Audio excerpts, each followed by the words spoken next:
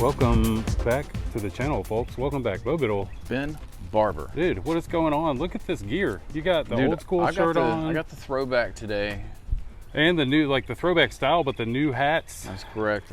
Travis Matthew. Dude, looks awesome. Chomp Shop, quick shout out. Thank you. Appreciate it, Chris. If y'all need your logo on stuff, he'll do it. So holler at him. His info is on the screen for you. But Bobital, once again, that is not what we are here for today. Of course not. Not today, Ben. Where are we? What are we doing? What do we got? Looks a little different, but we are back up here in Clarksville, Tennessee. We are. Our friends Direct Autos Direct of Tennessee. Auto. This is the Direct Auto backlot. We like this little foliage. Looks a little prettier back here than nice and cool back here. Over there in that weird side lot. Yeah, and so today, Ben, this is kind of cool. This is legit. This is one of the cars we may have thought we didn't want, but now after just driving it around the corner, it's easy driving car. Just real quick, Direct Auto's information was on the screen, is on the screen. Y'all hit them up. On the screen. Yeah, it's there somewhere. Y'all hit them up. They've always got cool rides. This is just one more of them. So this is let's get all the proper names out of what this actually is. So they got a fresh batch of American muscle in, but some very unique muscle cars in recently. This one is not even on the website yet, Ben. It is. This is a 2006 Saleen Mustang S281 supercharged. Supercharged. That's the big key. Supercharged. Must have more MOS power. Yeah. So this is in the what, 435-ish, 400? Yeah, there's a lot of different variants of the S281, I guess, that they introduced over the course of the years, but yeah, like the S281 I think it went from like mid 90s to like mid 2010 era, something like that. So like it's been something they've carried for a while. Clearly they have different variants of it. This is pretty much this isn't the top tier for back in the day, but this is pretty much as I don't know, this is about as much as this chassis can handle comfortably without having some major tire spin issues. I have a soft spot for these things because when I first got into cars, I was a teenager. Mustang was my first kind of car that I fell in love with. And then around that time, like there was the Saleen that you see on the internet and things like that. And I remember the first time I ever saw one of these in person, I totally just like freaked out. But dude, the body kit on this, really set it apart from all of the other Mustangs for sure. Especially I love the way the rear looks. This is a later generation, but that rolled rear kind of fender, I've always really liked that. Yeah, not a lot of cars do that, but all like the Bangle Butt 5 Series, the 550 M Sport had that nice kind of weird. roll. Yeah, the 7 Series too had it. Yeah. So like it. Let's do what we do, man. We'll start in the rear. This is a pretty highly modified rear end from Saleen. Center exit exhaust. Again, Bo is pointing out the bumper. It has this huge, the only thing it called is like a deck lid. That is a massive wing. Now, back in the day, these massive wings, whoa. He tried to pop the trunk and it's not happening. I guess maybe we go hit another button because that is not working. We should test these things out from time to time, but we don't and didn't. Oh, it is open, maybe? Yeah, it's open. Is it? Yes. Wow. Okay. See, so maybe that was the problem, though. It was already open, and that the button you were pressing. So yes, huge again with this huge wing. Back then they didn't have them set up so high. It was just like, man, it just takes up a lot of space. Look at that. Hilarious. Checking into the trunk. Got a car cover. Got some different, I guess, the OG floor mats for the front. It's got a fair amount of room in there too. It's not as tight as you would think. There's plenty of room in the back seat to store stuff. Mustangs have always been able to take you and your compadre, at least one person, plenty of bags. Y'all can go cross country in one of these. Old Shmee 150 even did it in the GT500 recently. Dropped almost 8,000 miles on a GT500 just over the course of 3 months. So they are good traveling vehicles. Let's make our way onto the inside there, Bo. Give us a startup procedure. It will be my pleasure. A couple revs. Now, we didn't warm this thing completely up. We did warm it up a bit, so he can do a couple blips. Just a little blip. Just a couple blips. Just for a second, just to see how it sounds. Yeah, but we're not trying to pop off the red line. No two-stepping today, Bobital, if that's all right with you. No more two steps. We'll get into the interior here in a moment. It's kind of the classic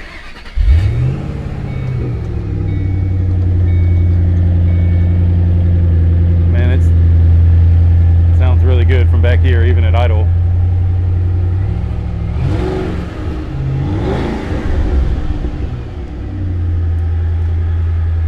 Man, you can definitely hear the whine. The whine, the turbo whine, or it's supercharged whine. Hit it again so I can hear it from up front here.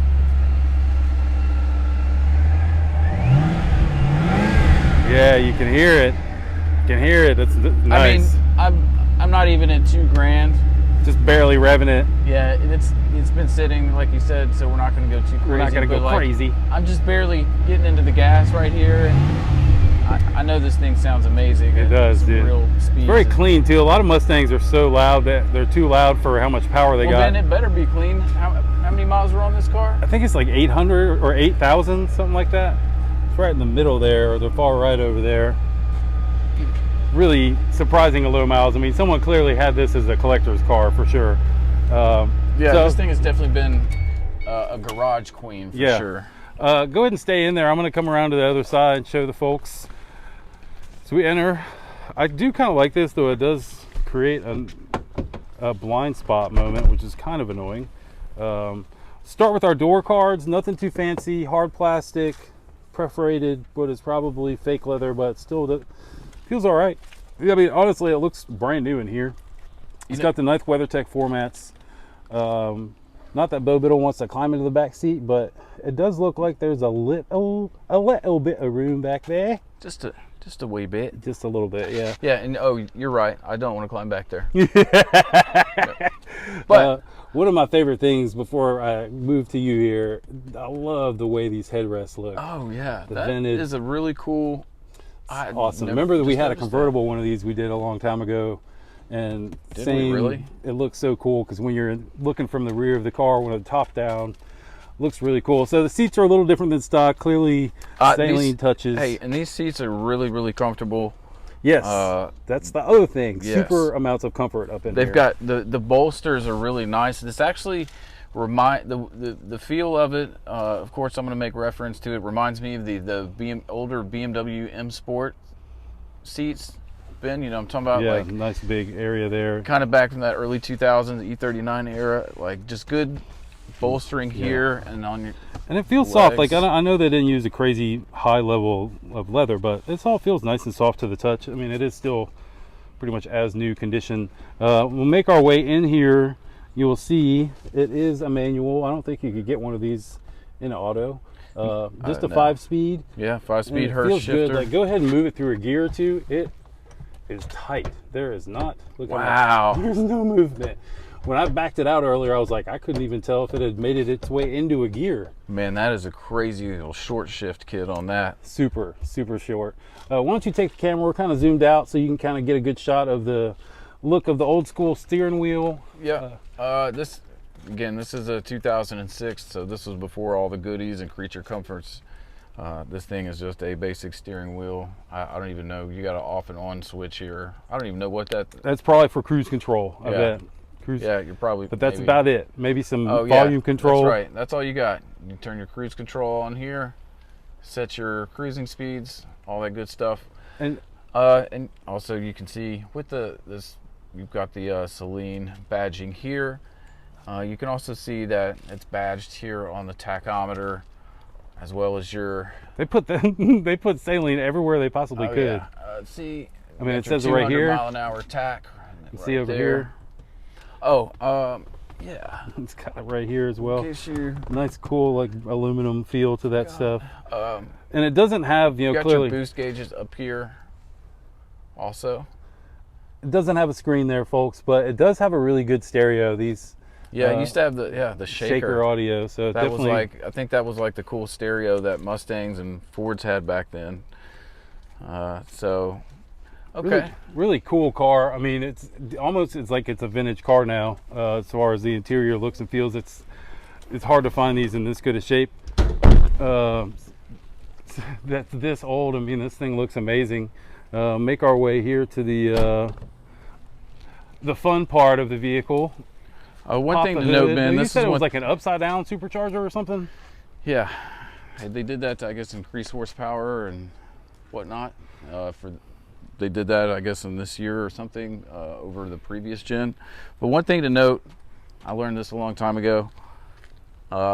All the real Saleens have a number here, and I believe that was like the number that it was produced in that particular year or whatever. So this 808.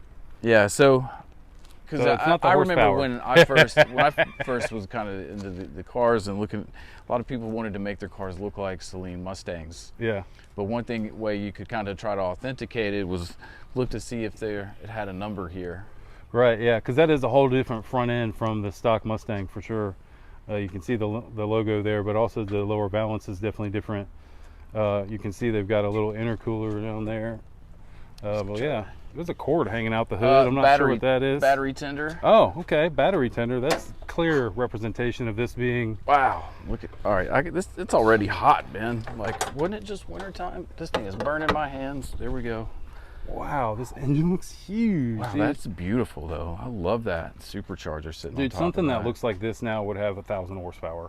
True. Yeah, I mean, look at those intake runners that go all the way down, really long Makes intake you runners. really appreciate how far technology Has come. Yeah. This is an 06 supercharged V8, 400 and about 34, 5 horsepower. I think was what we kind of figured out. But yeah, now 650. Right, yeah, this thing's 650, 700 horsepower in no time.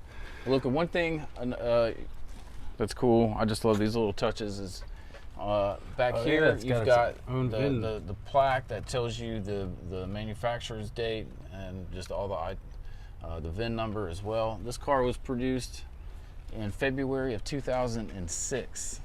So and there's that number again, the ID number. Well, in the car 06 0808.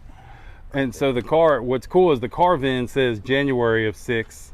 So it went straight from factory to these guys where they then did all their modifications in February the following month, which is pretty cool. Yep. So, all right, folks. Well, this has just been another quick look in on a cool ride that's available in the Middle Tennessee area.